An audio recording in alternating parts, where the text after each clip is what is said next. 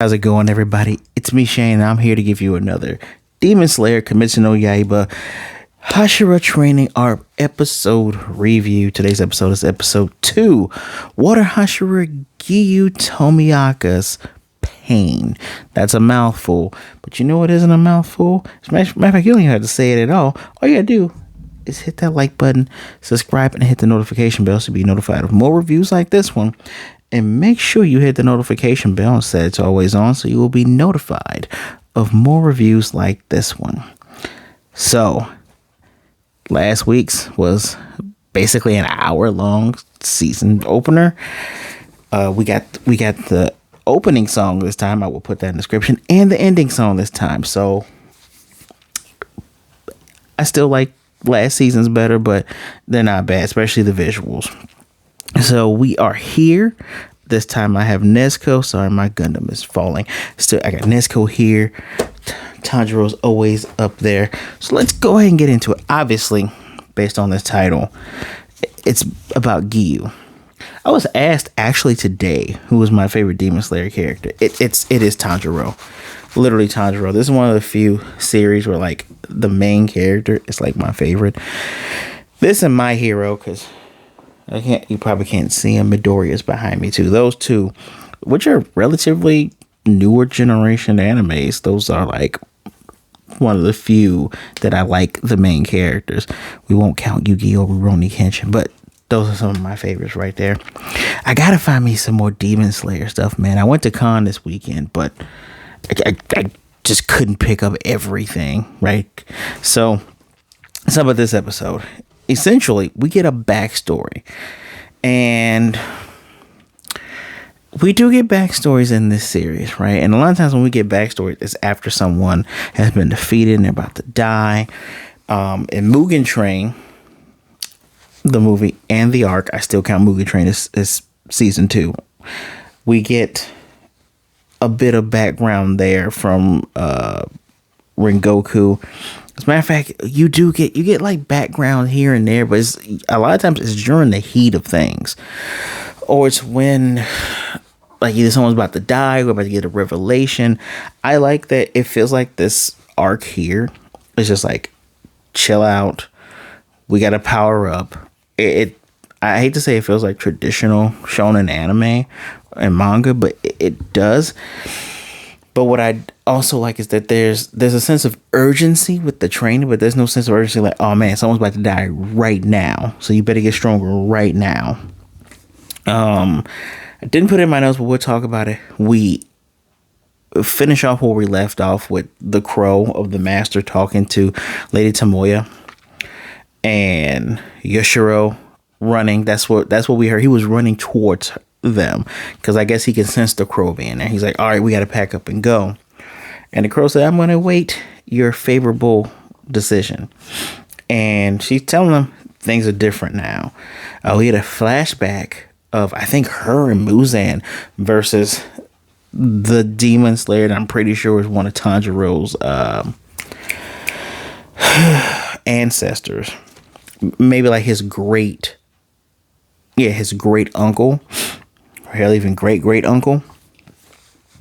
And I guess they were about to face off. I don't know how she got swayed, and she tells Yoshiro, hey, this is going to be the last time we leave here, but we're leaving here on different pretexts. We're going to the Utsu. Oh, I'm just going to go to my notes and try to say this correctly. Try to say this correctly. To the, these last name, Ubuyashiki Mansion. So, I wonder if that's what Shibuya was annoyed about at the end of this episode. It's just interesting because, she's praying to her long gone sister, saying, sister, give me the ability to stay calm. Like, you see veins popping in her eye twitch, which was hilarious and scary at the same time. And she has to calm herself down before Kano comes in. I will talk about that then. But backstories, right? Giyu's backstory, much like everyone's backstory in the series, is tragic. Aside from Mitsuri, actually. Mitsuri is the only Demon Slayer as of right now who parents didn't get killed by a demon, and she's just super duper strong. Don't know how she got in league with the Demon Slayer corpse, but as far as we know, no one died. Happy family. They dad liked the fact that she wanted to be a strong girl too. So there you are. But with Giyu, his sister was murdered by a demon. As a matter of fact, she protected him. You know, knowing that she's supposed to be married the next day, she hid him away and protected him while she got killed. And we also learned that Sabito, remember the two ghosts that helped train Tanjiro in the first, like, very beginning of the entire franchise? Sabito trained side by side with Giyu. So he should be the same age as Giyu, which I think is like 19. He should be the same age right now. As a matter of fact, Giyu doesn't think he's on the same level or should even be spoken about the same level as the other Hashira because he didn't finish the final selection. Why? Because Sabito killed basically all the demons on the mountain almost single-handedly. Remember, the only one he fell to was the multi-arm one that Tanjiro had to go ahead and get revenge for the entire water breathers line. You got revenge on that guy. We do see him using water breathing fourth form striking tide, but your boy Giyu got hurt. He woke up 2 days later. The trial was over, but only one person on that mountain died, and only one person didn't go through with the selection, and that was Sabito. That is crazy. And Tanjiro kind of empathizes. He fully empathizes with Giyu. What does he empathize with? Well, Giyu thinks he should have been the one that died on that mountain. Like, why did he live and then his buddy die? And I like that you get a feeling about the empathy and the heart of Tanjiro, the things I really like about him as a character, because he's crying after hearing this story, wiping his tears and still crying. He felt the same way when it came to Rengoku, right? Rengoku, he said he was so kind and full of warmth and so strong. He should have been the one to go on and finish off Muzan. And then Tanjiro thinks of Inosuke's words while he's crying behind the mask saying, he believed in you, so you need to go forward and, go forward with the wishes that he had for you, right? And so Tanjiro says, I got one more question for you. And he says, don't you want to pass on the things that Sabito entrusted you with? And it literally was a slap to his face, and it stopped him because he remembers once he said the same thing to Sabito one time, that he should have been the one who died instead of his sister. And he says that's insulting to her legacy. She saved you for a reason. You talk like that again, we're not going to be friends. And so, they clasp hands. He's wondering, why did I forget that important conversation? It's because I didn't want to deal with the pain anymore.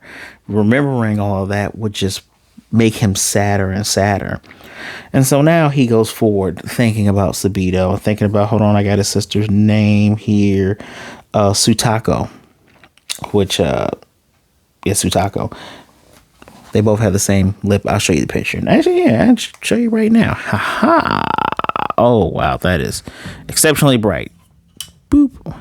Yes, Giyu's sister. And obviously, we're gonna show you Sabito, right? You all remember Sabito, the guy. It's literally the same. His scar is on the same part of his mask too. I find it super interesting that maybe that's why Tanjiro's a little bit stronger, not just his ancestry, but think about it. He got trained by a ghost that would have been a Hashira, and he got trained by the last Water Hashira before Giyu. It's kind of funny. Giyu thinks of all this, and that's enough to make him go forward. And Tanjiro's like, oh man, he's frozen. I need to get something to break the tension. And right when he's about to say, you know what, I know it's late, but I'm going to join in the training, he challenges him to a cold soba noodle race, which was just they do it, which is funny. It's so many legitimately funny moments in this episode that made me laugh sincerely out loud. But in the end, we do get Giyu asking about Shibuya, like, why is she not training somebody? Or why is she not doing a training regimen X, Y, and Z? Tanjiro was very, very pushy here because he personally got a letter from the master saying, I wish I could talk to you personally, but I can't even speak. And as a matter of fact, I wanted to talk to Giyu, but I can't. So I'm entrusting you to do that. So can you please be persistent and, getting him to realize that he's not alone. Even Tanjiro sat with Aoi. It was like, you're not going to train, are you? No, he got 7 days to be cleared. He's like, how do you convince someone who's alone that they're not alone? And she makes some rice balls. She's like, it's just the two of you. You get them to eat, and then you talk to him. And Tanjiro stayed at Giyu's estate at least 3 days. Like, even following him into the night while he's doing patrols on one crutch, sleeping in the dojo, getting super close. And Giyu's mind, he's like, he's so close to me. And in Giyu's mind again, he's like, is this what the rest of my life is going to be like? Maybe if I talk to him, he won't stalk me. Like, Tanjiro's derp face is present. First of all, this face, I call it the derp face, but this is adorable. This is freaking adorable. And when he followed him, stay close when eating, shaking his crutch while he's meditating. And he even follows him. He says outside the bathroom, but even follows him into the bath. Shimmer's gone. Just that look says it all. This was very funny and full of heart. When we get to the the empathizing and seeing the backstory, it got me teary eyed. I won't lie. I'm like, all right, I see you. That was touching. And I'm impressed. I like how different this feels. Most anime and manga feature backstory episodes. But I like this one a lot because this series a lot of times just go. Like, shit hits the fan out of nowhere. Remember the Swordsmith Village arc where it's like the pot demon? Oh my goodness, what his name is? Kyoki? I can't remember. Just number 4. He's number 5. Where he pulled in a swordsmith and like he has this nasty amalgamation that's all their bodies mangled up. That came out of nowhere. What was our last one? Our last one was the entertainment district. Like, at least I felt in the entertainment district, I was always holding my breath because we know the demon's there. We just have to find it. And then when Zenitsu starts going missing and people start dropping, every moment start getting more and more intense. And then just last arc, shit just happens. And it's like, oh, okay, we have to deal with this. Cool. This is nice. Chill. We get the backstory when it's not, oh man, this person's about to die or this person's being pushed to the limit. It's calm. I appreciate the fact that Giyu, his friendship with Sabito was so strong that it didn't take Tanjiro yelling at him. We didn't get a talk no jutsu where you gotta believe in yourself and your friends and no, shut up. No, you get Tanjiro, who the master asked him to be persistent. So he's like, I'm gonna be persistent. Is persistent because he also cares about Giyu and is gonna keep talking to him. And dude's connection with a character that Tanjiro also realizes it was so strange that I was trained by a ghost was able to bring him back. Dang, I had another thought there and I totally forgot it. But I deeply appreciate that. I appreciate how funny this was at times, how touching it was at times. How we have such a level-headed character in Giyu that's like, okay, like you can tell that he cares about Tanjiro.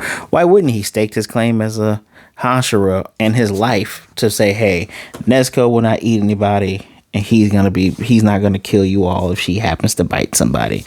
He also said he was disappointed that Tanjiro didn't become the Water Hashira.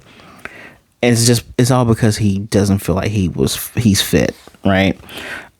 We do learn one interesting fact. We do learn is that when the Tanjiro had talked to Urudaki, the last master of Giyu and Sabito, which was such a cute moment seeing both of them eat onigiri, the rice balls, and like fall back because the master lifted up his mask to eat one. We do see his face, don't we? I don't think we do. But we do learn that it's common for someone to go from one breathing style to the next breathing style, and the fundamentals of water breathing is so, vital and intricate that it has spawned many different styles. I wish that we could have gotten this isn't over yet. The manga is ended, but it would be nice to get maybe a prequel series. I don't know if the mangaka is even willing to do like something in the future where it's like, oh, here's these ancient texts, we got to learn from the text, or here's one person who has stayed alive and was told everything throughout the years, like the master's family. That would be interesting, right? But I digress. That was very interesting, knowing that it spawned many different forms, that it's a fundamental form, that it's very common for things you learn and then you splinter off. I like that. It's very for like person, when you think of martial arts, it's very, how do I say, very not Jackie Chan, very Bruce Lee, because Bruce Lee's Jeet Kune Do, it's a mixture of several different forms that he learned, put together, has his own principles based on his incredible speed and things of that nature. This is kind of like a romancing of martial arts, and I like martial arts. So one of the things I do like is a person learning a style and then they come up with their own technique, or they come up with their own way of doing it. That's just a personal thing with me. But let's talk about the last part, because this isn't going to be a long review. Last part is Shinobu talking to Kano, telling her to come in, and Kano, she's supposed to go and train with the Water Hashira next, but she's telling Shinobu, Master, I want to train with you more. I want to train with you more and more. And it's nice that this character, who was technically mute when we first met them, voicing her concerns and her opinions and her wants and wishes.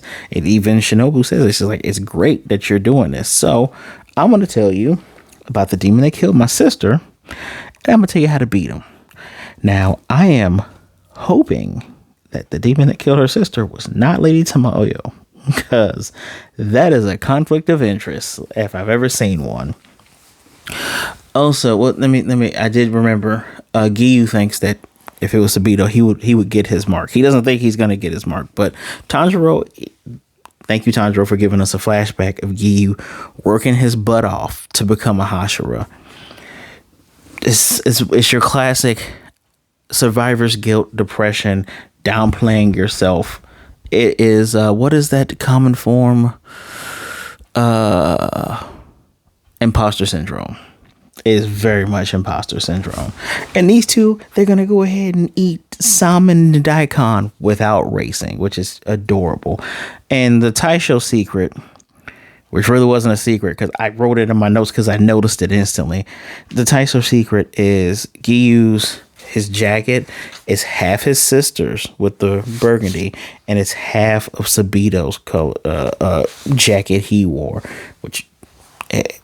and he has it, but Tanjiro even say he has it because he has a tender heart, which is adorable. Next episode, though, is fully recovered Tanjiro joins the Hashira training. I hope his buddies have not gone forward so we can see Tanjiro show up and show out and get more funny moments with them. But yay! So Tanjiro's up. Quick, nice episode. Not super splendiferous, but I love this stuff all the same. I'm willing to give it a 4 out of 5. Above average, but not oh my god, right? But 4 out of 5, which is very, very solid. It's just two of my favorite characters in the series are right here. I mean, what? Can you blame me? Can you blame me? It's a good episode. Please go watch it. Let me know what you think of the episode if you've already seen it in the comment section below. Just go ahead and write it in.